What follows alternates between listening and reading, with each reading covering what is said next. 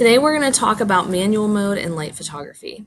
Up until this point, you guys have been taking your pictures in auto mode, which basically means that the camera is doing all of the work for you. It is it's changing all of the settings for you based on the lighting where you are taking the picture. It's doing this so that it will give you a perfect exposure or a perfect picture. An exposure just means how much light is allowed to hit the film or the imaging chip in a digital camera. So what's happening is this is allowing your pictures to be really close to perfect. There's the perfect amount of light, the perfect amount of darkness within your pictures when you're taking them in auto mode. For manual mode, you are now going to have to switch those settings and get to know those settings whenever you are taking your photographs. So there are three things that control exposure. They are aperture, shutter speed, and ISO. We're going to break down all three of these together and talk about them individually so that you kind of understand how to use manual mode. So we're going to take a look at we're going to take a look at aperture first. So aperture, when you switch your mode dial, let's go back. On your mode dial, there is going to be an M. It's going to say that is your manual mode. So you're going to have to flip your mode dial to M. That'll put you in manual mode. And then your LCD screen on the back of your camera will look just like this. So it's going to show you all of these different things on the back of it. The main things that we want to look at are our shutter speed, which is over here, our aperture, which is the circled one, our ISO, and then we are also going to look at this little meter down here as well. So the first thing we're going to talk about is aperture. So aperture is this area. It has the circle around it. It is represented by an f-stop number. And give me 1 second. So aperture is just the opening inside a lens that determines the amount of light passing through the lens. It's represented in f-stop numbers. The smaller the number of the f-stop, the bigger the aperture. The bigger the f-stop number, the smaller the aperture. This is where people sometimes get confused. So let's kind of look at this based on this image down here. So if we have a low f-stop number like f2.8, this is the aperture this is the aperture that is in your camera. So this is the mechanism in your camera that is wide open. It's letting in a ton of light, and that is why this image right here is really, really bright. Now, most of your cameras, they only go down to f4.0 or f5.6, and it just depends on which area you are working in. So if you look at these two, if you set your camera to f4.0, this is what your aperture inside of your camera is going to look like. You can't actually see the aperture, but this is what's happening, and then it is letting in less light than the f2.8. So just continuing as we go up the scale, if you choose a larger f-stop number like the f16, your aperture right here is going to be way smaller, which means you're going to allow less light into your photograph.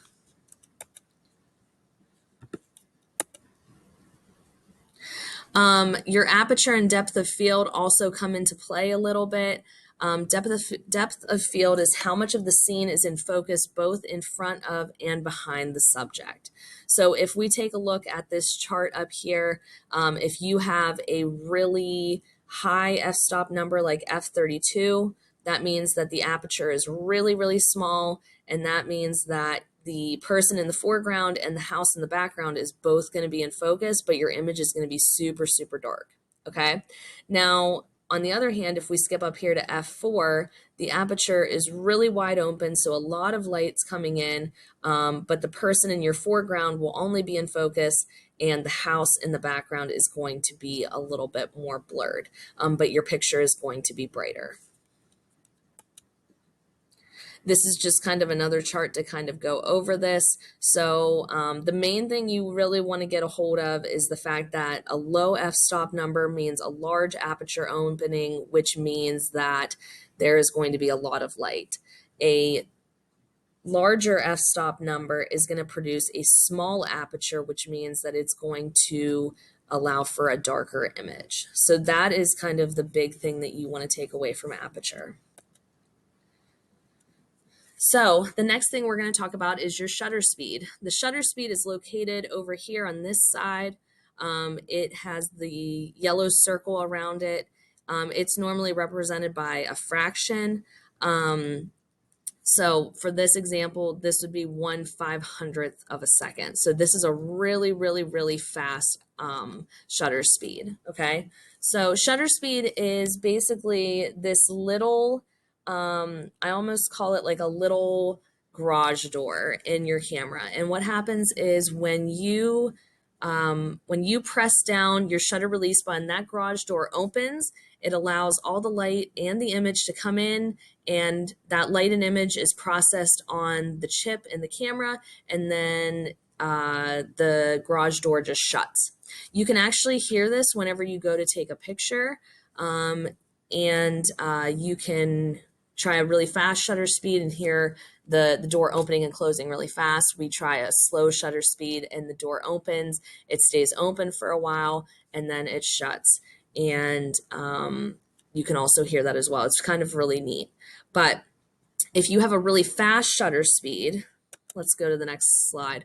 If you have a really fast shutter speed, what's going to happen is your image should be super in focus. You should be able to see something like just like this, but it also is not going to allow a lot of light to come in.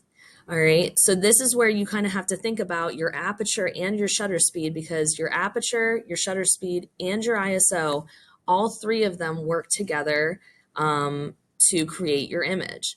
So if you are having if you choose a low aperture number, like f4.0, that means you're going to have a lot of light. If you choose a fast shutter speed, like 1/250, that means that you're going to have a little less light because that shutter speed is going to open and close. So then we have to just make sure that we're allowing in as much light as we can. So we want to switch our aperture. We want to make sure our aperture is a lower f-stop number if we're using a higher shutter speed. Okay. So the higher, basically kind of what I just went over, the higher the speed, the less amount of light, the lower the speed, the more light you're going to have in your image, but your image is also going to be blurred. So these are just kind of some examples. I'm going to go over this with you in the demo video. I do have one of those that I will have you guys watch so that you can understand how to switch your settings as well. But this is kind of what you want to think about as you're using your shutter speed.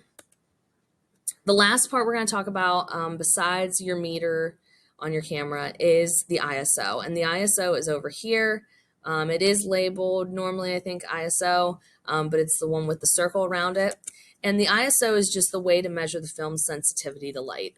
So basically, if you want a low, like if you have an image and you set your aperture and your shutter speed and you don't need as much light, you're going to lower your ISO to a lower number. So a low number means that you are going to, a low number means that you're going to have a darker image. It is going to have less noise. A higher number is going to allow more light in, and it is going to have a little bit more noise. So you want to kind of find the balance of this. You want to make sure that you're adding a little bit of light with your ISO, but not so much that we're creating this noise. And what noise is it just makes the image look really, really grainy. So you just want to watch for that. So basically what happens is you, the photographer, are going to look through your viewfinder. It hits off all of these mirrors, goes out of the lens. This is your aperture right here. So when you're adjusting your aperture, it's either becoming smaller or larger. And then this is the shutter back here. And so when you hit the shutter release button, this pops open. Your image, this flips up, pops open, and then your image is captured onto the sensor, and then this shuts and this flips back down. So that's basically how your camera works when you go to take an image. The last thing that we're going to talk about is your meter. When you look through your viewfinder and you go to take a picture, there's a little meter that pops up on the bottom. If this little black mark is on the 0, that means that it's a perfect exposure. That means that there's a lot of light. There's the perfect amount of light. Everything looks good. If it's below the 0, then it's going to be underexposed, which just means that your photo is going to be a little bit darker. If it's above the 0, it's going to be overexposed, which just means that the photo is going to be a little bit lighter. So the meter allows you as the photographer to see how your lighting is when you're taking your image. And this is kind of where different photographers become creative.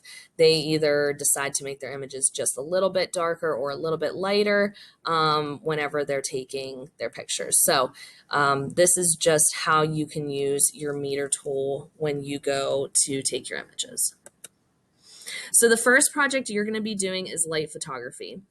You are going to be working in manual mode. You are going to set a low ISO, so 100 to 200, and you're going to set a high aperture from f11 and higher, and then a slow shutter speed, so 10 to 30 seconds. So you want to use this kind of as your guide for when you're taking your pictures.